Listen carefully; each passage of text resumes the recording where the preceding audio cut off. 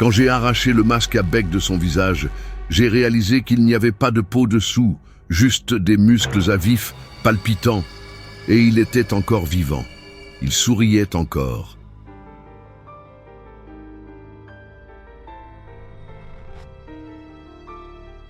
Avignon, 1348. L'odeur est arrivée avant la peste.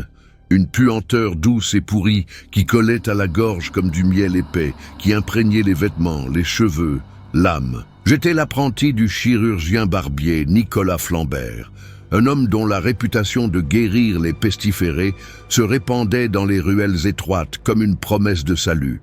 Les gens frappaient à notre porte, jour et nuit, suppliant, pleurant, offrant tout ce qu'ils possédaient. Nicolas acceptait toujours avec ce sourire doux qui n'atteignait pas les yeux. L'atelier se trouvait au sous-sol d'une maison de pierre près du palais papal, et l'air y était encore plus dense, chargé d'herbes médicinales que Nicolas brûlait dans des braseros de fer.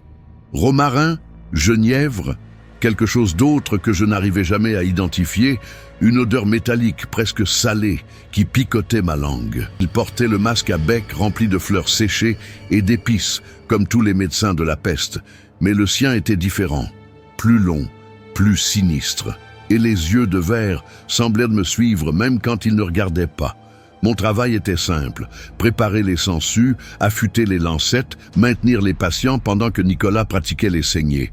« Le mauvais sang doit sortir », répétait-il, la voix étouffée par le masque. « C'est la seule façon de purifier le corps. » Et je croyais, nous croyions tous, parce que les gens qui entraient en gémissant de douleur, avec les bubons noirs qui éclataient en pus et en sang, sortaient parfois en marchant.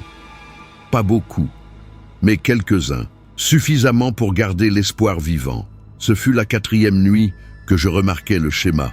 Les patients qui s'amélioraient étaient toujours emmenés dans la salle du fond avant de partir. Nicolas disait que c'était pour une bénédiction finale, une prière spéciale. Je n'avais jamais le droit d'entrer. La porte était verrouillée de l'intérieur et les sons qui en provenaient n'étaient pas des prières. C'étaient des murmures bas, rythmés, comme une comptine qui faisait grincer mes dents. Et puis, le silence. Un silence si profond qu'il semblait aspirer l'air de l'atelier. Par une nuit sans lune, quand Nicolas sortit chercher d'autres patients, il disait toujours ça comme s'il s'agissait de marchandises. Je trouvais la clé cachée dans un crâne humain utilisé comme pot d'herbe. Mes mains tremblaient tant que je faillis la faire tomber.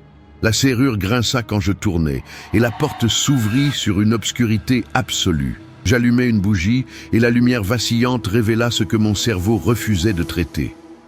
Ce n'était pas une salle, c'était une descente, des marches de pierre glissantes menant aux profondeurs et des murs d'où goûtait quelque chose de trop sombre pour être de l'eau. L'odeur était insupportable, pas la puanteur douce de la peste, mais quelque chose de pire, chair brûlée mélangée à terre humide et fer, beaucoup de fer. Je descendis, que Dieu me pardonne, mais je descendis.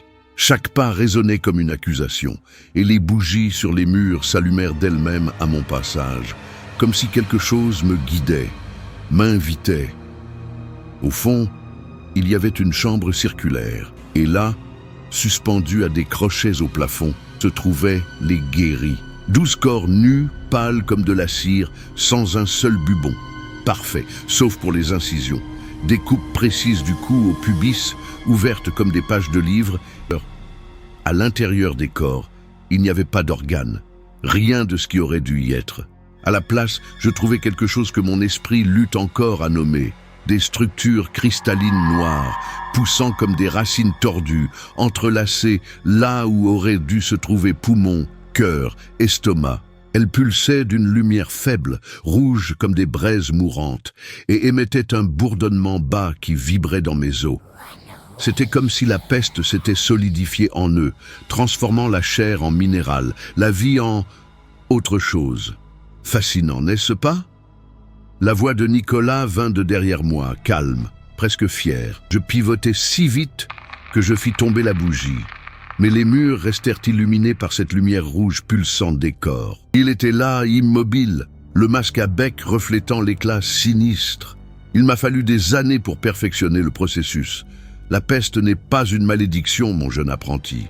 C'est un don, une transformation. J'essayais de courir, mais mes jambes ne répondaient pas. C'était comme si l'air lui-même était devenu dense, collant, me retenant sur place.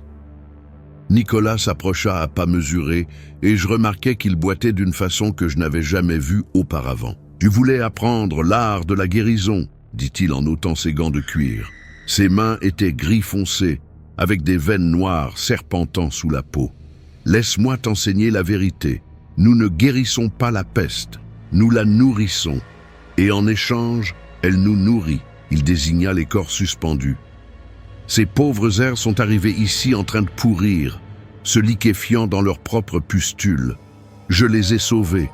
Je leur ai donné un but. La peste consomme, oui, mais quand elle est guidée par la bonne main, elle peut reconstruire, peut créer quelque chose de supérieur. Nicolas toucha l'un des corps, et les structures cristallines à l'intérieur brillèrent plus fort, comme en réponse au contact. Ils ne ressentent plus la douleur, ils ne ressentent plus rien, mais ils servent encore, ils nourrissent encore le cycle. Quel cycle? Parvins-je à bégayer, ma voix étrangère à mes propres oreilles. Nicolas inclina la tête, et même sans voir son visage derrière le masque, je sentis qu'il souriait. La peste n'est pas venue d'Orient par hasard. Elle a été invoquée, appelée par ceux qui comprenaient que ce monde devait être purifié, refait. Et nous, les médecins de la peste, sommes ses prêtres, ses jardiniers. Il tendit la main vers moi, et je vis que ses doigts ne se terminaient pas par des ongles, mais par de petites griffes noires et acérées. Tu as du potentiel. Je vois dans tes yeux la même faim que j'avais quand j'ai découvert la vérité. Rejoins-moi, laisse entrer la peste. Ça fera mal au début. Ah, comme ça fera mal. Mais ensuite tu comprendras. Tu verras ce que je vois. La beauté de la décomposition, la perfection de la transformation. Je trouvais des forces je ne sais où et courus. Je remontais les marches en trébuchant, me lacérant les paumes sur la pierre rugueuse, tandis que j'entendais le rire de Nicolas résonner derrière moi.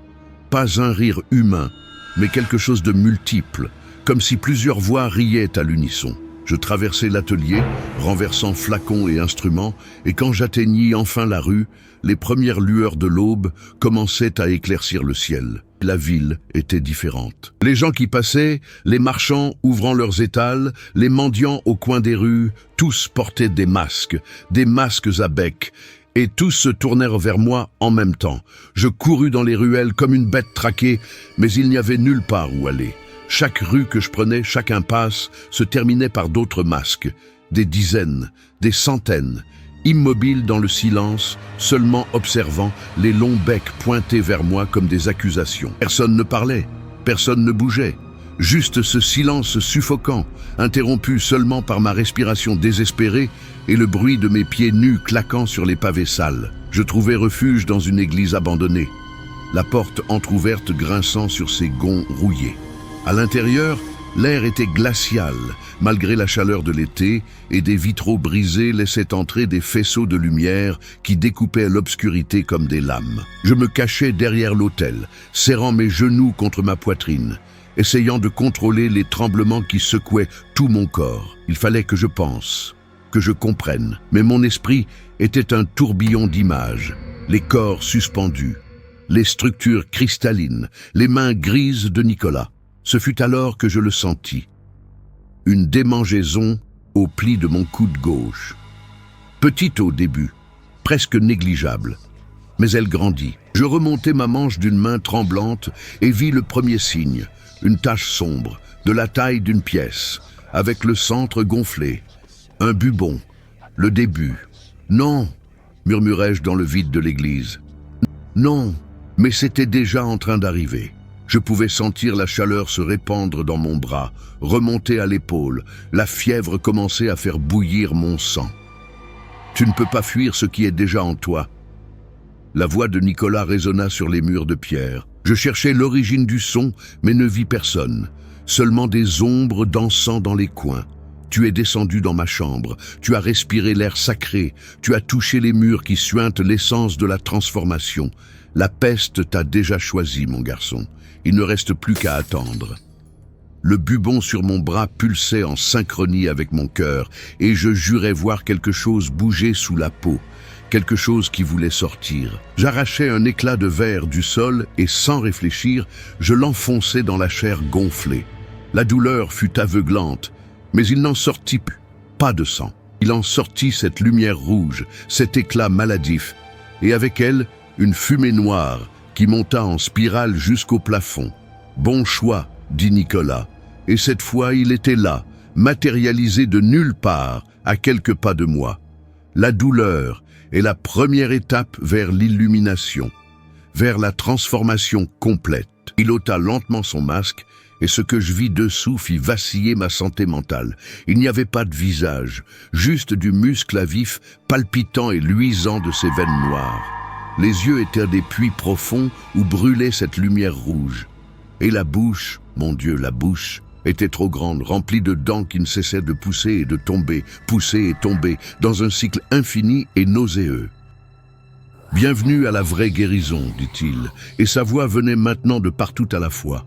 Tu apprendras, tu serviras, et quand toute cette ville sera transformée, quand chaque homme, femme et enfant portera la peste sacrée dans ses veines, nous marcherons. Vers le nord, vers l'est, vers l'ouest, jusqu'à ce que le monde entier soit un jardin de cristaux noirs et de chair refaite. » Il tendit cette main monstrueuse vers moi, et le bubon sur mon bras répondit, pulsant plus fort, plus vite. Je ne pris pas sa main.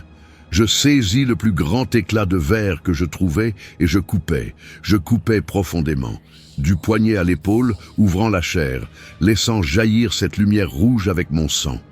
La douleur était indescriptible, mais il fallait que je l'arrache de l'intérieur. Il le fallait. Nicolas observa seulement, la tête penchée comme un oiseau curieux. « Intéressant, murmura-t-il, de la résistance. Ça fait si longtemps que je n'en ai pas vu. » Je tombai à genoux, la vue s'assombrissant, et la dernière chose que je vis avant de m'évanouir fut mon propre reflet dans une flaque de sang sur le sol de pierre. Moi aussi, je portais un masque à bec. Je l'avais toujours porté.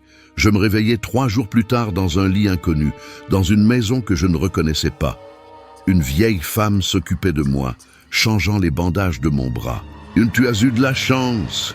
dit-elle d'une voix rauque. « La fièvre a failli t'emporter. Mais tu as lutté, tu as survécu. » Je la remerciais, encore confus, encore portant le poids de ce cauchemar. Mais quand elle quitta la pièce, je trouvai un miroir au mur. Je m'approchai lentement, craignant ce que j'allais voir.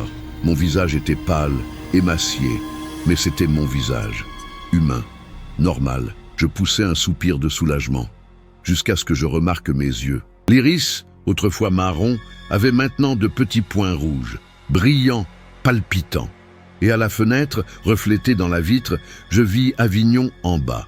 Toute la ville portait des masques à bec. Chaque personne, chaque enfant, et tous regardaient vers le haut, vers moi, parce que je n'avais pas échappé. J'étais le prochain jardinier. Penses-tu vraiment que la peste noire n'était qu'une maladie? Ou y avait-il quelque chose de plus ancien, de plus sombre, qui se répandait avec elle dans les rues médiévales? Si tu as déjà ressenti une présence inexplicable dans un lieu historique, si tu as fait des cauchemars avec des masques de médecins de la peste, peut-être que la transformation n'a jamais vraiment pris fin.